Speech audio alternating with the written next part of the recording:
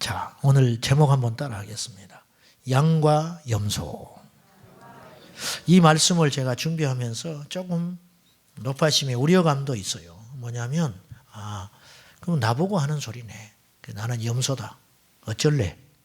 또 뭐 이렇게 나올까봐 좀 겁이 나요. 제가. 그런 오해는 하지 마시고, 이 말씀을 그대로 한번 보시자고요.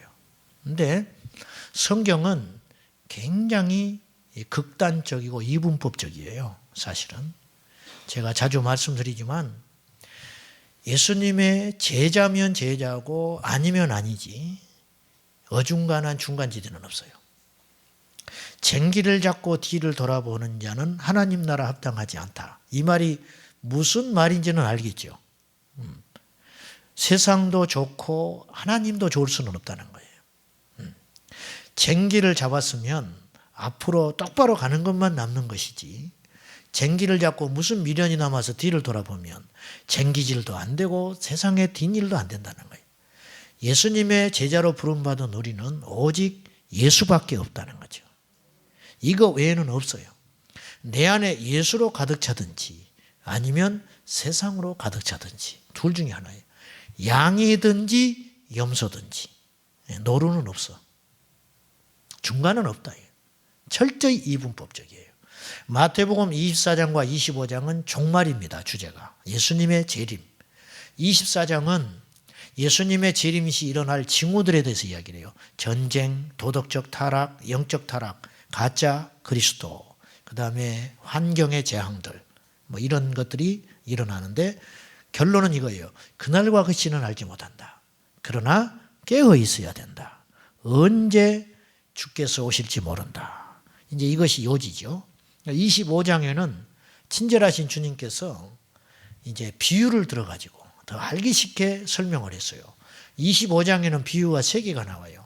첫째 등장하는 게 열처녀 비유입니다. 슬기로운 5처녀와 미련한 5처녀. 이야기 다 아시죠?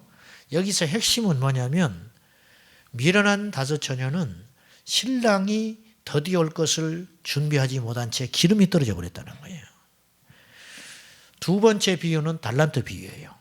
1달란트, 2달란트, 5달란트. 근데 2달란트, 5달란트 받은 자는 칭찬을 들었어요. 1달란트 받은 자는 심판을 받았어요. 그 다음에 세 번째 이야기는 양과 염소 이야기. 오늘 우리가 본문에 읽은 양과 염소. 그런데 이 이야기들의 특징이 있습니다. 이 세 이야기의 공통점이 무엇이냐면 이거예요. 주인을 오해했다는 거예요. 오해에서 비롯된 비극이에요. 자, 5처녀는, 미련한 5처녀는 신랑이 이때쯤 오겠지 짐작한 거예요. 그 계산이 빗나가 버렸어요. 1달란트 받은 자는 오늘 본문은 아니지만 25장 24절에 이렇게 이야기를 해요. 1달란트 받았던 자는 와서 이르되 주인이여 당신은 굳은 사람이라, 대단한 사람이라. 당신은 대단한 능력자 아닙니까? 그러니 심지 않은 데서 거두고 해치지 않은 데서 모으는 줄 내가 알았습니다. 이거 별것 아닌 거. 이거 하나 가지고 뭐 주인이 이렇게 저렇게 하지 않을 줄 압니다. 이거 오해한 거예요. 주인을 크게 오해한 거예요. 양과 염소도 마찬가지예요. 마지막 심판날에 오늘 이 말씀은 주님이 오실 때 31절 말씀 다시 한번 봅니다. 인자가 자기 영광으로 모든 천사와 함께 올 때에 자기 영광의 보좌에 앉으리니. 이건 주님의 지상 재림을 이야기하는 거예요. 주님의 재림은 2번에 걸쳐 일어나요. 공중의 재림에서 부활하셔서 주님께서 우리보다 먼저 죽은 자들, 성도들을 부활시켜서 무덤에서 끌어올려. 할렐루야. 이거 믿어지세요? 설마 어떻게 시체도 없는 사람이 있을 텐데. 그러면 저기 화장해버린 사람은 어떡하냐. 뼈도 못 추리고. 또 뭐 1000년, 2000년 지난 그거는 뭐 무덤도 없고 물에 빠져가지고 물고기 밥이 돼버린 사람은 또 어떻게 하냐.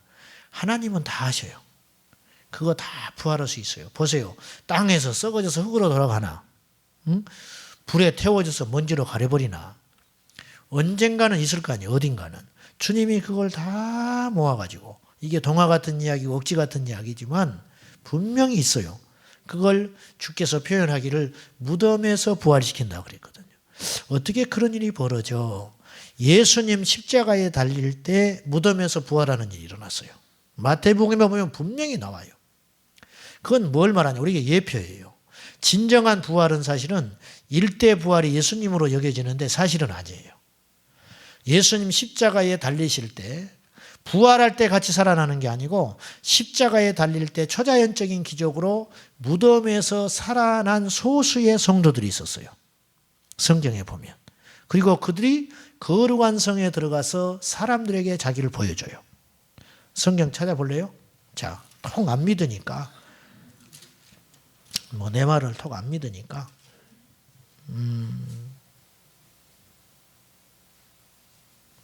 28장 27장 52절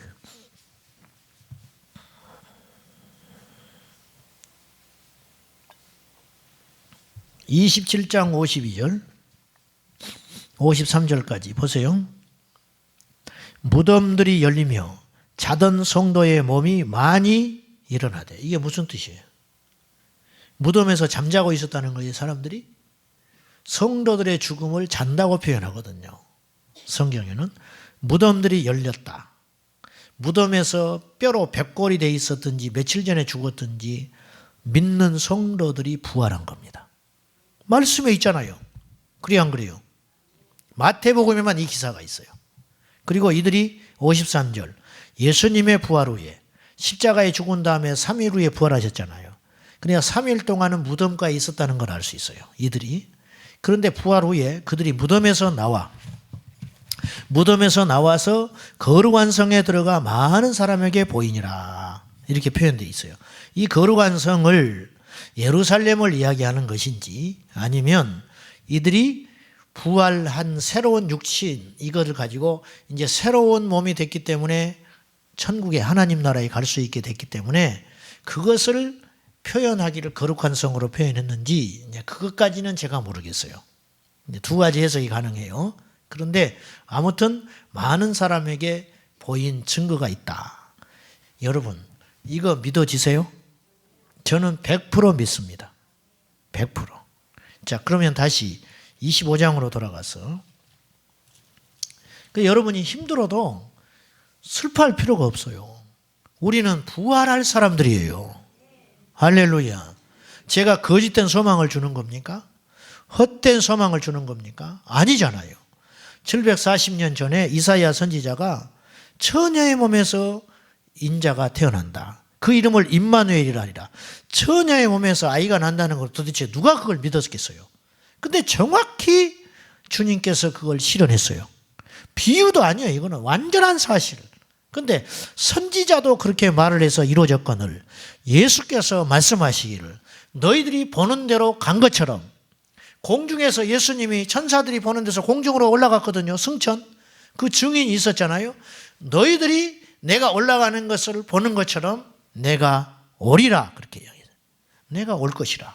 주님 다시 오신다니까요. 오는 건 식은 죽 먹기예요. 2000년이 굉장히 긴 것 같지요. 베드로 사도는 이야기했어요. 1000년이 하루 같고 하루가 1000년 같은 이 한 가지를 잊지 마라. 2000년이 굉장히 우리에게는 긴 시간이고 주님의 약속이 더딘 것 같지만 주님 앞에는 시간이 무의미해요. 주님 앞에는 시간이 무의미해. 그런데 이 주님의 다시 오실 이 재림의 시간에 주님이 공중에서 다시 온다는 것은 주께서 처녀의 몸에서 잉태했다는 걸 믿는다면 이건 아무것도 아닌 일이라. 성경은 100% 진리예요. 100% 확신 있는 진리다 그 말이에요. 주님이 자기 영광으로 모든 천사와 함께 올 때에 자기 영광의 보좌에 앉으리니 어디에 앉느냐? 바로 감람산에 앉게 됩니다. 감람산. 스가랴서에 보면 감람산에 주님이 임재하세요. 그때 감람산이 쫙 갈라집니다. 그 주의 보좌에 주님이 앉아요.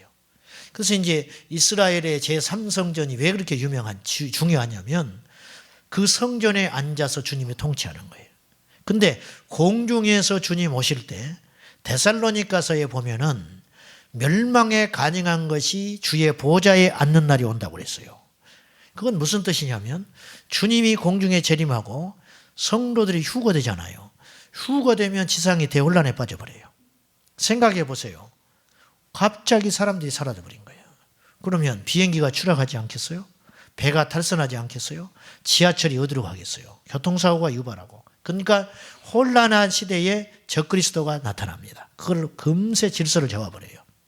질서를 잡고 그 멸망에 가증한 적그리스도가 어디에 앉느냐? 완성된 성전 제3성전 보좌에 가서 앉습니다. 그리고 자기가 그리스도의 흉내를 내요. 이게 전 환란기 3년 반 동안, 그래서 7년 환란기 동안 주님이 공중에 재림하실 그 당시에 우리가 이제 공중에서 끌어올려 가겠죠. 그래서 성도들과 함께 무덤에서 살려낸 성도들을 부활시켜서, 그러니까 주님이 공중에서 구름 가운데 천사들의 호령소리와 함께, 옛날에 초림의 재림은 초림으로 오신 예수님은 아무도 모르게 왔어요. 목동과 동방박사 몇 사람만 보고 은밀하게 오신 거예요. 누구도 그분을 주목하지 않았어요. 오죽하면 그분이 언제 온지를 몰라요. 12월 25일은 사실이 아닐 수 있어요. 그건 훗날에 교회에서 정한 날이에요. 그날을 기념하자 한 것이지 12월 25일은 예수님이 그날 생신이 아닐 수도 있다는 거예요. 이해되세요?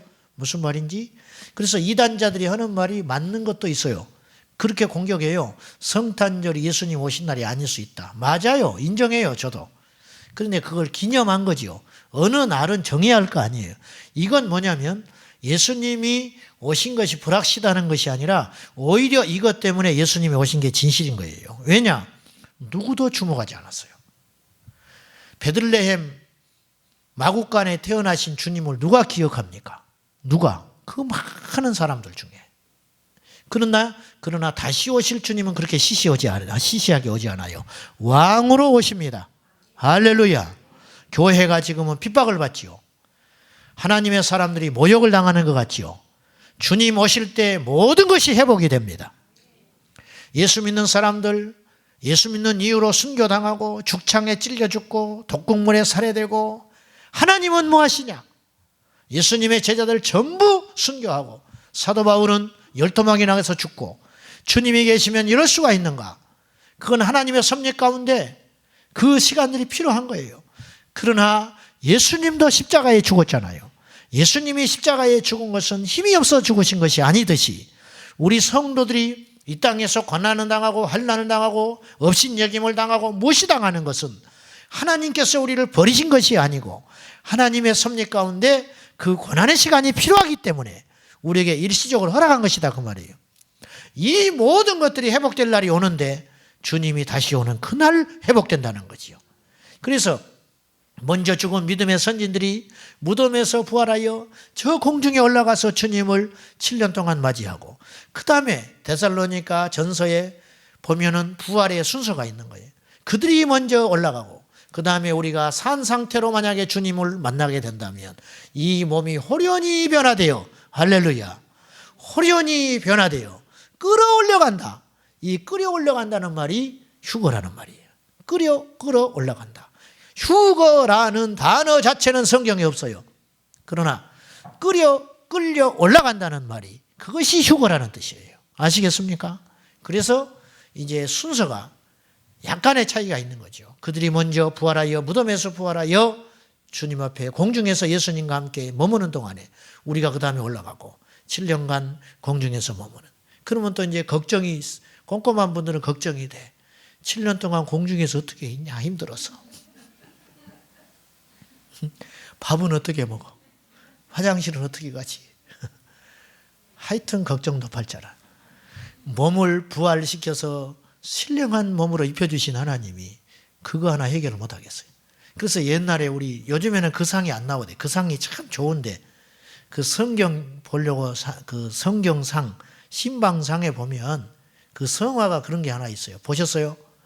예수님 여기서 이제 있고, 예수님이 공중에서 저기서 재림하시는데 그 옆에 로마 군병, 성도들, 막 그런 무리들이, 수없는 무리들이 예수님 옆에 쫙 구름 가운데 있잖아요. 그리고 그분이 쫙 공중에 있다고. 이게 예수님의 초림을 묘사한 거거든요. 근데 그거 좋은데 어디 가버렸어? 요새는 안 나와, 그게. 또.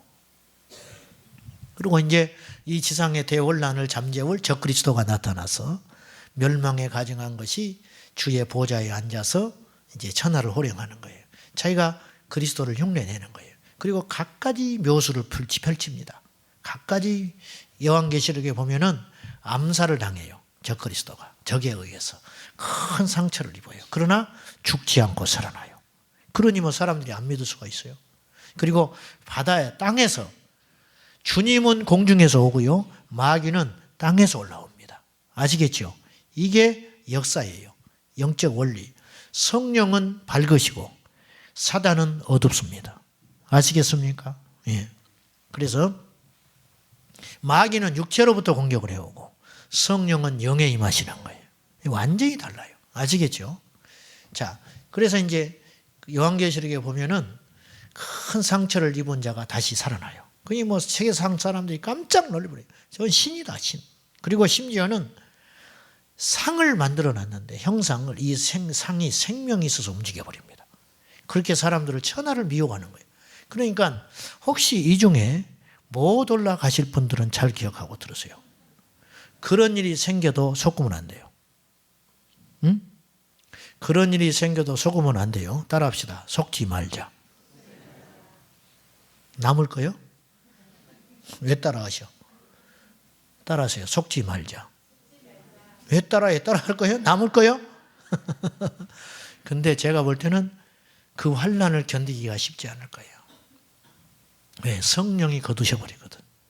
우리가 지금 이만큼 버티는 것은 하나님의 은혜예요. 성령의 능력으로 버텨가는 것이지 저나 여러분이 믿음이 있어서 그러는 건 아니에요, 사실은. 그래서 이제 그리고 적그리스도를 멸하시고 주님이 지상에 재림하세요.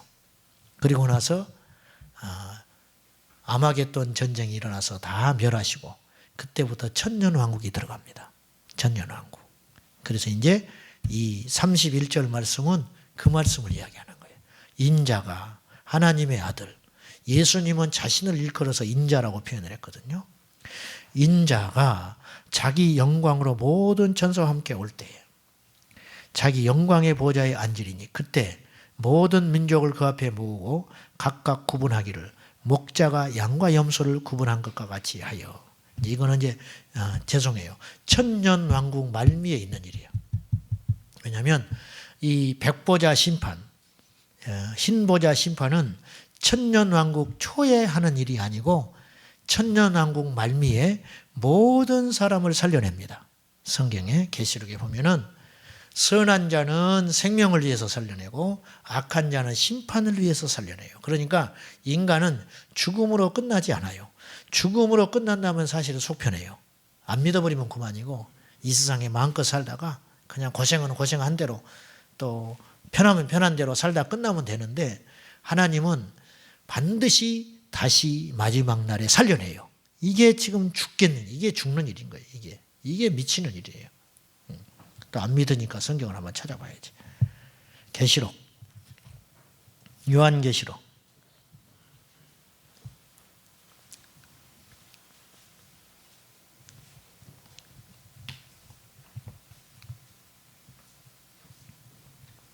(20장)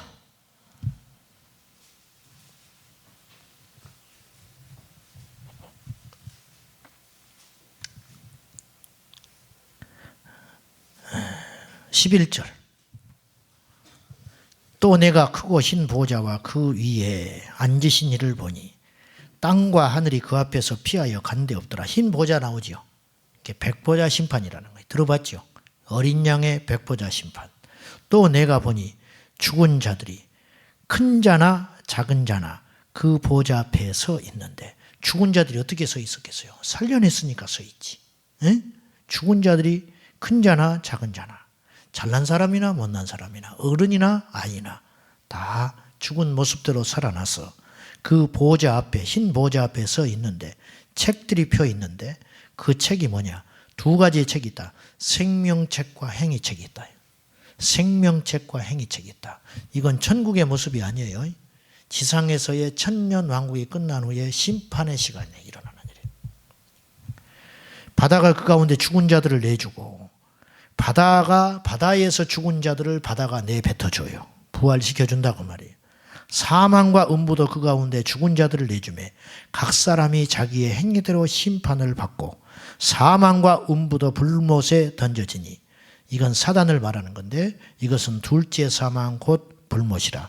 누구든지 생명책에 기록되지 못한 자는 불못에 던져지더라. 어때요? 그리고 이것이 끝난 다음에 새 예루살렘이 공중에서 이 땅에 임하게 된다고 말이에요. 자, 이제 마태복음 25장의 양과 염소 이야기를 하다가 이렇게 왔는데, 여러분, 마귀는 이 땅에 너무 집착하게 만들어요. 전부 자기 개발에 대한 말씀으로 가득 차 있어요. 그래가지고 이 땅에 잘 사는 거, 어떻게 하면 이 땅에서 보람 있고 가치 있게 사는가, 여기서 너무 속게 만들어가지고 그 고귀한 인생, 영생을 위한, 다음 세계를 위한 준비 단계로 우리가 이 땅에 살고 있는 거예요. 할렐루야.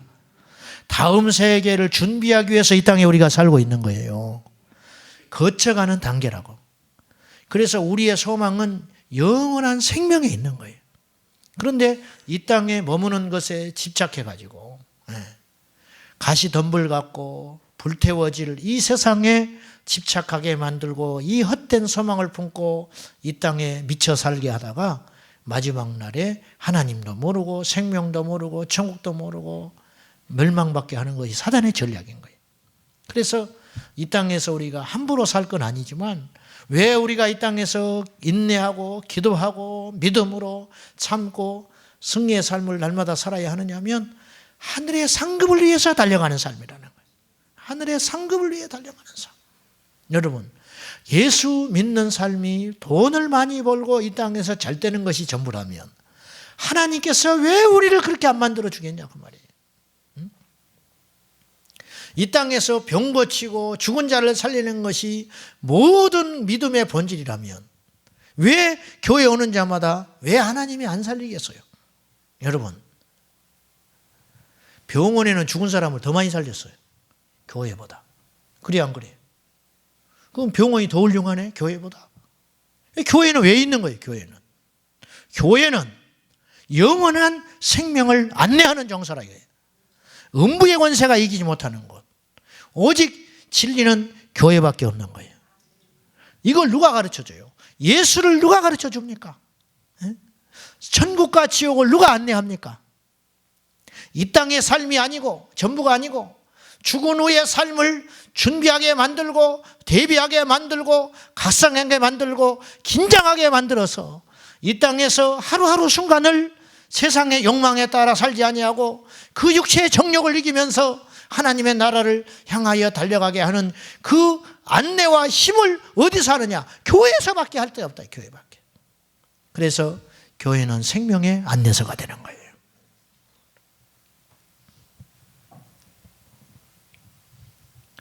오늘 이 마태복음 25장에서 제가 개인적으로 충격을 받은 것이 교회 안에 양과 염소가 있다. 그래요, 안 그래요? 지금 이 아까 그 세 가지 이야기는요, 전부 주인과 관계가 있는 이야기예요. 10처녀가 그 중에 미련한 5처녀가 더럽혀진 처녀도 아니고 또 들러리도 아니에요. 진짜 처녀예요. 신랑을 맞이하라고 한 자격이 있는 사람이라는 거예요. 근데 단지 기름이 떨어져 버렸다는 거예요. 한 달란트 받은 자는 종이에요. 주인과 관계가 있는 거예요. 그래서 달란트를 맡긴 겁니다. 양과 염소도 상관없는 자가 아니에요. 마지막 주님 오실 때 모두에게 주께서 계산하고 결산할 날이 온다는 거예요. 우리에게 주님이 책을 펴놓고 계산하자고 말하실 거라고 말이에요. 그때 우리는 오른편에 설 것인가 왼편에 설 것인가, 양이 될 것인가 염소가 될 것인가. 히브리적 사고는 오른편은 하나님 편이에요. 왼편은 사단입니다. 그래서 축복도 오른쪽으로 하는 거예요. 아시겠죠? 오른쪽으로 축복하는 거예요. 우편에 서는 게 강한 자예요. 그래서 우편에 선 자는 생명의 사람을 말하는 거예요. 양. 여기서 제가 충격을 받은 것은 25장에서 예수님을 믿는 자는 천국 간다. 그렇게 단순하게 나와 있질 않고 선한 일을 행해야 한다는 거예요. 여러분 그렇죠? 오른편의 선자들을 주님이 그렇게 칭찬을 해요. 극진히 칭찬을 해요. 우리는 어벙벙한 거예요. 칭찬받을 일이 없는데 너희들이 내가 굶주릴 때 물을 주었고 헐벗을 때 옷을 주었고 감옥에 갇혔을 때 나를 와서 위로해 주었느니라. 아니 주님 우리는 그런 적이 없는데요. 그런 적이 없거든요. 뭐 예수님을 만난 적이 없는 거예요. 그러자 주님이 말씀했어요. 가난한 자를 부욕해 하고 없는 자를 먹을 걸 주고 억울한 일 당하여 감옥에 갇힌 자에게 너희들이 가서 위로해 준 것이 나에게 한 것이다.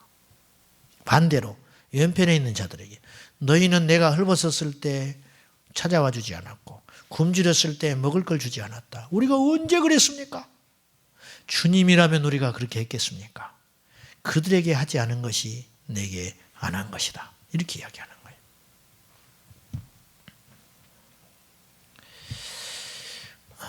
마지막으로 이 말씀 하나 하고 마칠게요. 오늘 서두가 길었기 때문에 기도할 시간을 가져야 되니까 왜 주님이 양과 염소라고 했을까? 쉽게 이해되죠. 염소와 양의 차이가 있는 거예요. 염소 하면 떠오르는 게 고집이에요. 고집. 자기 주관이 강한 거예요. 자기 아집과 자기 고집이 강해서 염소의 삶을 사는 성도들이 교회 안에 있어요. 내가 염소인가? 그렇게 판단하지 말라고 그랬죠. 또 나는 염소지, 나는 양이지, 나같이 착한 사람만 있으면 무슨 걱정을 해. 그 사람이 염소야. 그 사람이 염소일 가능성이 많아. 주님, 나는 너무 부끄럽습니다. 내 고개를 못 들겠습니다. 내가 그렇게 고집이 세고 아집이 세고 그 사람이 사실은 양일 가능성이 많아요. 염소는 고집이 세요. 자기 주장이 굉장히 강합니다. 여러분, 영적으로 깨져서 하나님의 사람이 되기 위해서는 자기 자아가 깨져야 돼요. 이게 제일 내가 볼 때는 성화의 마지막 단계예요. 제일 즐긴 게 그거예요. 헌금 많이 할 수 있다니까요. 40일 금식도 할 수 있다니까요. 그 힘든 일이지만. 그런데 자기 고집을 깨서 파쇄해서 하나님께 산제물로 드리는 것은 어찌 보면 죽음 직전에 가야 하는지도 몰라요. 그래서 그런 사람이 적어. 그런 사람이 적어. 죄송한 이야기지만 별로 못 봤어. 다른 거 다 참아. 다른 시험 다 견딜 수 있어요. 근데 그건 못 참아. 우리 옆 동네 목사님 교회가 있는데 어느 날 목사님 고개가 푹 빠져가지고 왔어요. 왜 그러시오? 열심히 다른 교회 다니시다가 오셔서 열심히 신앙생활하는 분이 있었대요. 남자들 모임에 가서 이렇게 이제 참 재밌다고 잘하더라는 거예요. 근데 그분이 말이 좀 많았는가 봐요. 말을 막 한 거예요, 이제. 그런 분 있잖아요. 옆에서 이제 듣다가 이제 그만 좀 하라고. 그 말 한마디 나가 떨어져 버렸어요. 그 모임이 안 나가요. 교회 안 나와요. 떠나버렸어요. 그 한마디. 간단해. 넘어뜨리는 거 간단합니다. 나는 여러분을 다 넘어뜨리는 방법을 알고 있어. 그것만 탁 건드려버리면 그거밖에 못해? 끝나는 그날로 가버려.